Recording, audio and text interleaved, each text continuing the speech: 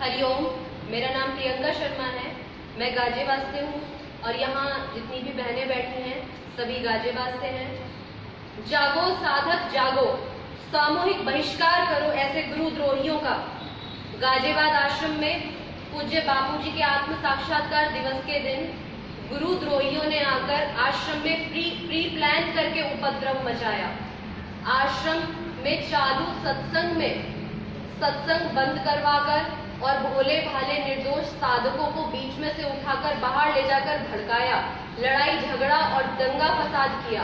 उसमें से जो मुख्य राहुल जोशी, बम ठाकुर, मिहिरधर, सुनंदा तंवर, निर्मला पांडे, ये सारी टीम जिनके मिले जुले भगत यहाँ चेली चमचियां आई और उन्होंने इस उपद्रव को जानबूझकर मचाया और बापूजी का लाइव सत्संग बंद करवाया। इतना बड़ा घोर अपराध इन गुरुद्रोहियों ने, उपद्रवियों ने इतने ऊंचे पुण्यमयी पावन दिवस पर किया। ये अपराध क्षम्य बिल्कुल भी नहीं है। हम सभी बहनें इस अपराध की कड़ी और घोर निंदा करते हैं और पूरा जोर से विरोध करते हैं। हरिओम माँ, हरिओम माँ। और मैं उन गुरुद्रोहियों को, रीटा, छवि, कल्पना, सोनिया और इनकी टीम जो फेस पर, फ्रंट पर नहीं थी, उनको आज हम विरोध करते हुए मुंह पर जवाब देते हैं और चैलेंज करते हैं कि तुमने भोले भाले साधकों को भटकाकर श्रद्धांतरण करने का जो पाप किया और इतने पुण्यमयी दिवस पर जो तुमने अपराध किया, उसके लिए हम सभी विरोध करने के लिए तुम्हारे सामने सीना ठोक कर खड़ी रहेंगी। तुम्हारी हिम्मत कैसे हुई कि हमारे आश्रम में आकर उपद्रव करोगी?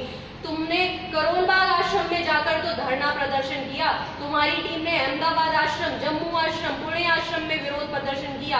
उसका जवाब पूज्य बापूजी ने भेज दिया कि अगर कोई भी इस तरीके का दंगा करे, उपद्रव करे तो 100 नंबर पर कॉल करो और अगर नहीं माने लाठी डंडों से इनका स्वागत करो। तो अब हम खुला चैलेंज करते हैं कि अगर इस तरीके का उपद्रव और घोर दोबारा से अपराध करने की कोशिश करी तो हम कड़ा विरोध करेंगे, उनकी पूर्ण जोर से निंदा करेंगे।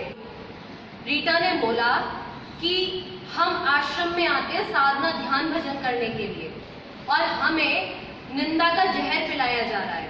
मैं इस रीटा को जवाब देना चाहती हूँ और इससे एक प्रश्न करना चाहती हूँ, तुम और तुम्हारी पूरी गुरुद्रोहियों की टीम इतने 8 सालों से क्या कर रहे थे?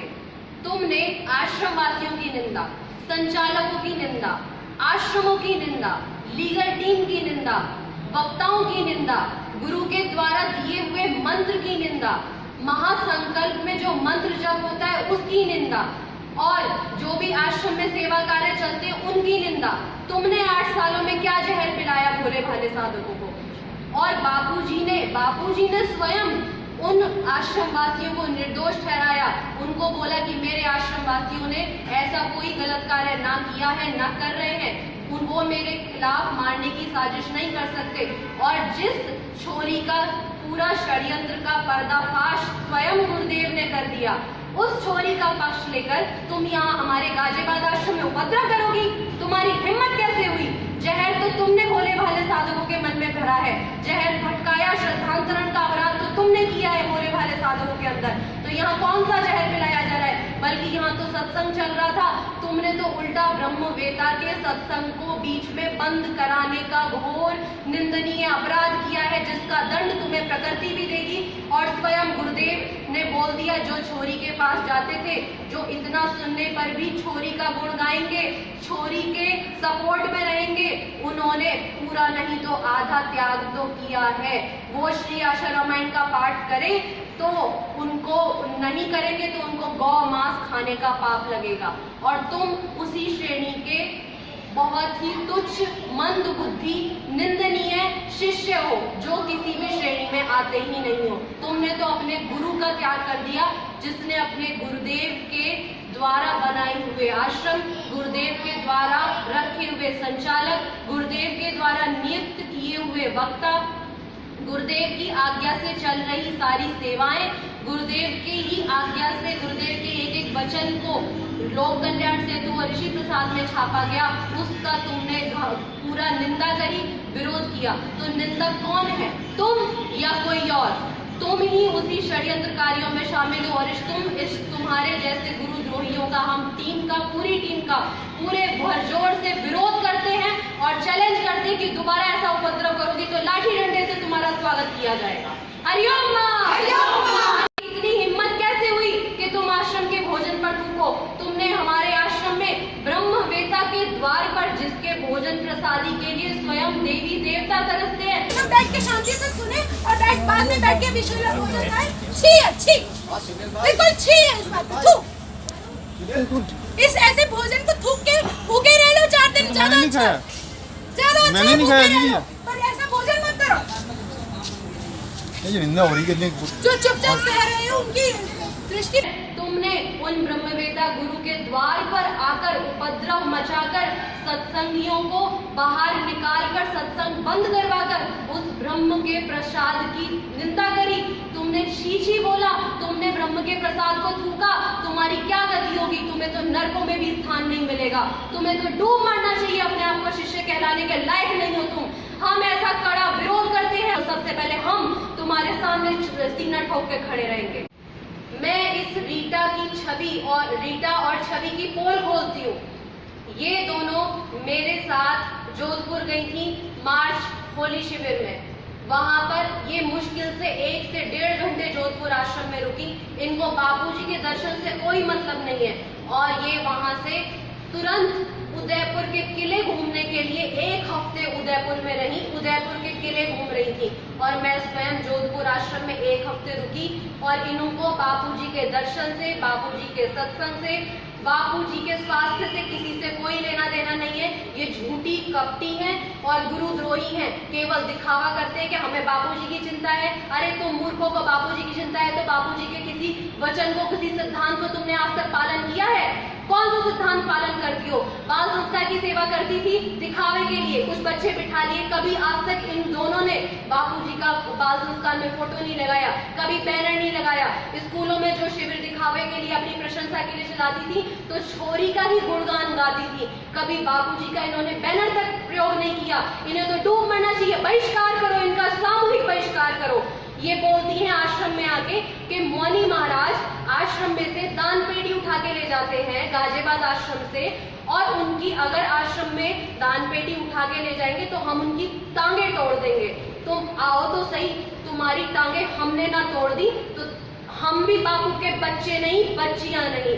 तुम्हारी हिम्मत कैसे होती किसी संचालक के बारे में ऐसे विरोध करने की?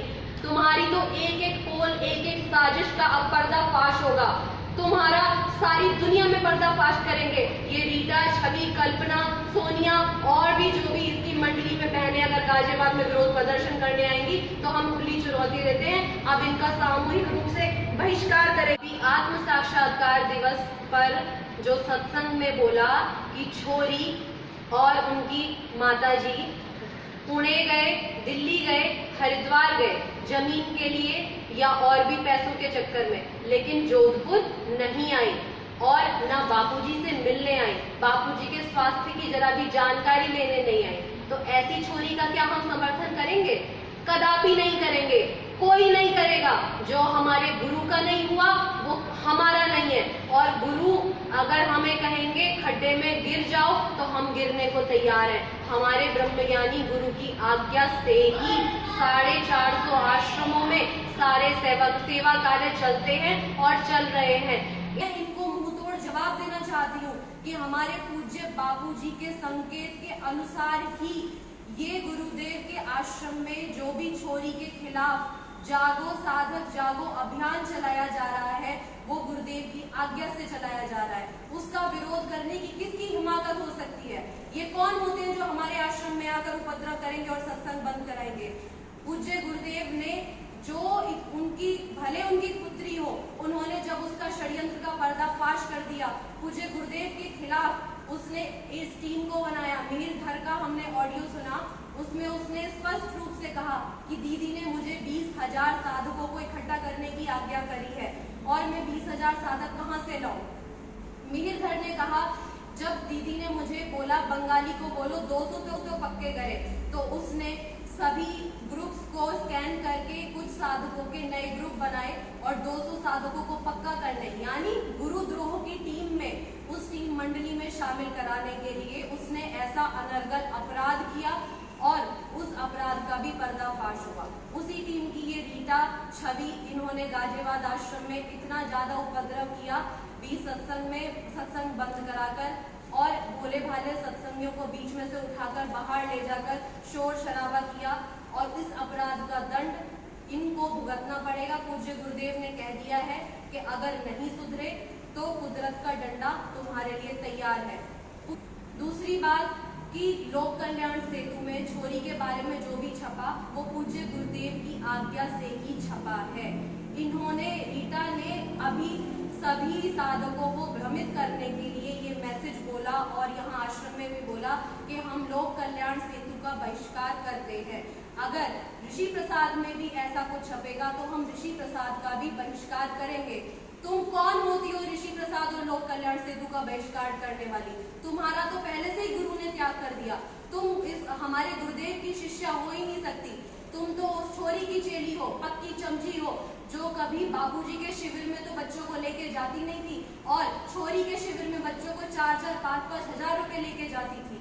तो मैं आज इन रीटा और छवि का पर्दाफाश कर रही हूँ कि इनका जहां भी ये दिखे इनका कड़क तरीके से विरोध किया। अब हम खुली तुम्हें चुनौती देते हैं, पूरा खुलकर चैलेंज करते हैं कि अगर तुमने गाजियाबाद आश्रम में आंख उठाकर भी देखा या उपद्रव करने की कोशिश करी या किसी को भड़काने की कोशिश करी तो हम सारी बहनें एकजुट होकर तुम्हारे सामने छाती ठोक कर खड़ी रहेंगी और लाठी डंडों से तुम्हारा स्वागत करेंगी, गुरुदेव की आज्ञा का पालन करेंगी।